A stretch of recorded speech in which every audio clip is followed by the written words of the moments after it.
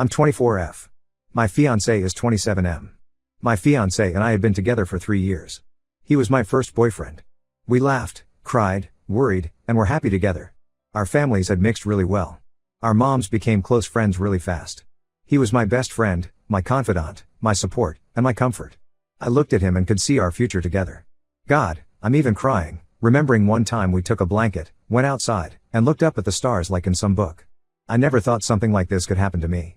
The man I loved could have never done anything like that to me. It all started about 2 months ago. His ex, high school sweetheart together for 7 years, moved back to our country and wanted to catch up with Mark, fake name. He told me they broke up because they were unable to sustain a LDR when she left to pursue postgraduate studies. They hadn't been in contact for about 5 years. She sent him an email, he showed it to me, and it was completely platonic. She was just curious about what he had become. He asked me if he could meet her, and I said yes. I trusted him. So he went, but when he came back, he was a bit withdrawn. He is usually really chatty, but he was dismissive when I asked him how it went, etc. I let it go. However, the following weeks, he was often on his phone. He picked random fights with me, didn't look me in the eyes when we had sex, and didn't whisper loving words either. I'm really touchy or clingy, and in our 3 years together, he had never once recoiled or refused my embrace, but he started doing it. I usually hug him like a koala when he comes back home from work. I'm a bit childish, I know, but he only lets me do it twice. It was such a sudden change. I asked him what was wrong, but he just said he wasn't feeling too good nowadays. On a Saturday, I went to visit his grandma, as we usually knit together. She taught me, and I was gone the whole day. I feel really close to her because she adopted me easily and reminds me of my own, who died when I was in high school. When I came back, I found him packing his stuff. My whole world fell apart. He was being so cowardly. He told me he was sorry for making me suffer like this, but sometimes life gives you a second chance, and you have to recognize it for what it is. He loved me, but when he met his ex, he realized the feelings weren't the same. He said he regretted letting go of her. He had found himself again. It had been a difficult choice for him, but he had to take this chance. His ex wanted him back. She had realized what she had lost and risked losing for good when he told her he was getting married. He supposedly refused her at first, but as time passed and they talked together, his old feelings came back. He hoped I would forgive him one day and understand. I cried as he was talking. It sounds stupid, but it was as if it were a stranger in front of me. He said he would still pay rent and part of the bills until our lease was up and I could find another place. He makes a lot more than me, and I wouldn't be able to afford to live in our apartment on my own. I begged him not to make this mistake, that he was being fooled by an idealized memory of their past together and that he was having cold feet. But he was like a wall, he didn't even look at me. At about 10 p.m., there was a truck outside with one of his friends waiting for him. He apparently came to help him move. I wasn't really close with that particular friend, but he did seem sorry for me. Mark hugged me goodbye and left. I hadn't cried that hard in years. I slept in our spare room, not wanting to feel the emptiness of our room with his things gone. I sank to the depths and tried to call him, but it went to voicemail. I had no idea where he went but assumed he was now living with his ex after 3 weeks of talking again. How ridiculous. I'm really lucky to have supportive friends and family. My best friend even moved in for 5 days. My parents wanted me back home with them, but I wasn't ready to leave. Mark is a bit messy, and I'm manic, so it felt weird having everything perfectly neat. I missed his messiness. It was as if he were the one making our house a home. He used to joke about me wanting the house to look like it was on sale or in a catalog. Not waking up to make breakfast and not seeing him read lying on the sofa while I studied felt weird. Not buying his favorite snack or powder protein when doing groceries felt weird. I felt really lost at first. It was like grieving. Usually when people break up, their relationship is going south, but to me, it came out of nowhere. I still loved him. I was still planning the wedding and working on my side to build our future together. It was all gone in a day.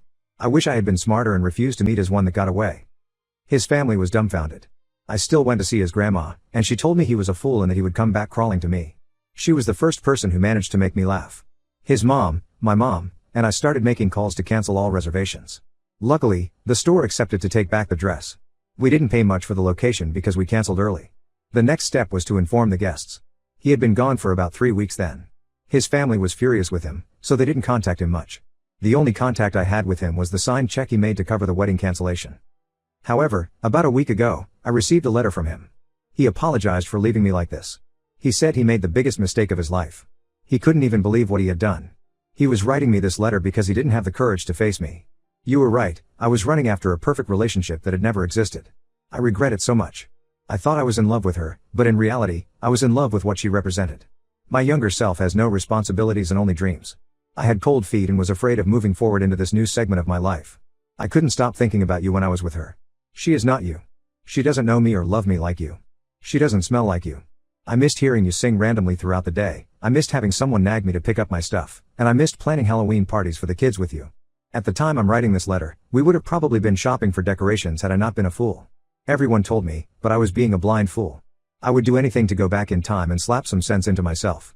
I would do anything for you to forgive me. I know we have already started canceling everything, but I'm ready to pay for everything myself. You can date someone else to even score if you want, as long as you come back to me. I would write the whole letter, but I'm on my iPad, and it's tiring.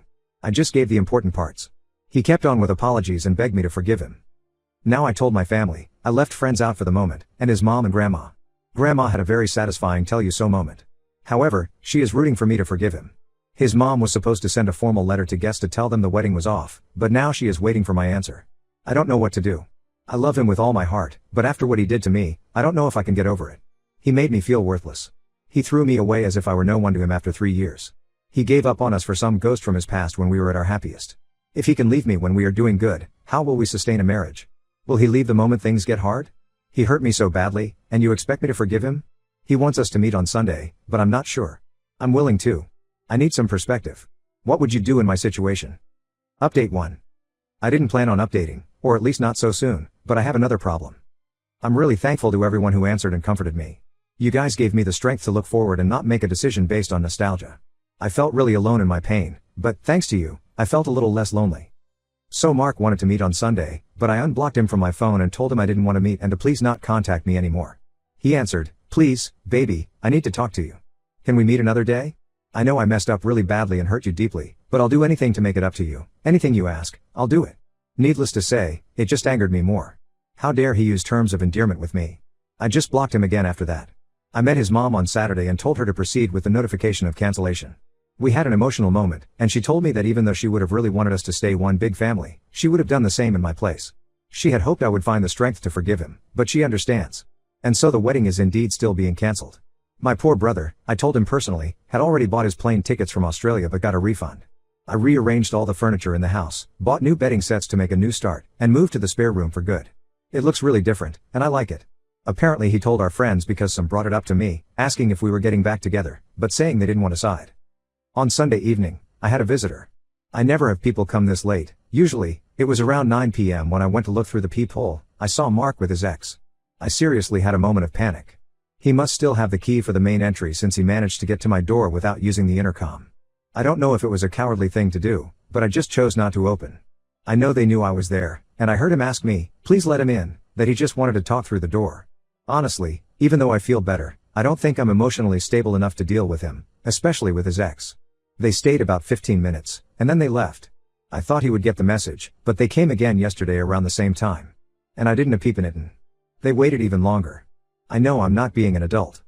So now I don't know what to do. I feel nervous in my own house because I dread the moment they'll come back. He knows my schedule, and he came at the time when I usually come back from my Zumba class. However, yesterday was a holiday, so we didn't have class. I'm afraid he will come again, and I don't think I can face him. What should I do? I know I can't run away forever, but I need more time. Is this worth calling the police over? I fear it would make the problem bigger than it is and hurt our family relations. Our moms are really close. And really, he is not dangerous, I think. He didn't contact me enough for it to be considered harassment anyway. Should I just be a big girl and be open the next time he or they come? Or do I wait it out? Also, why the hell is he bringing her? I'm curious, but I want to stand by my decision.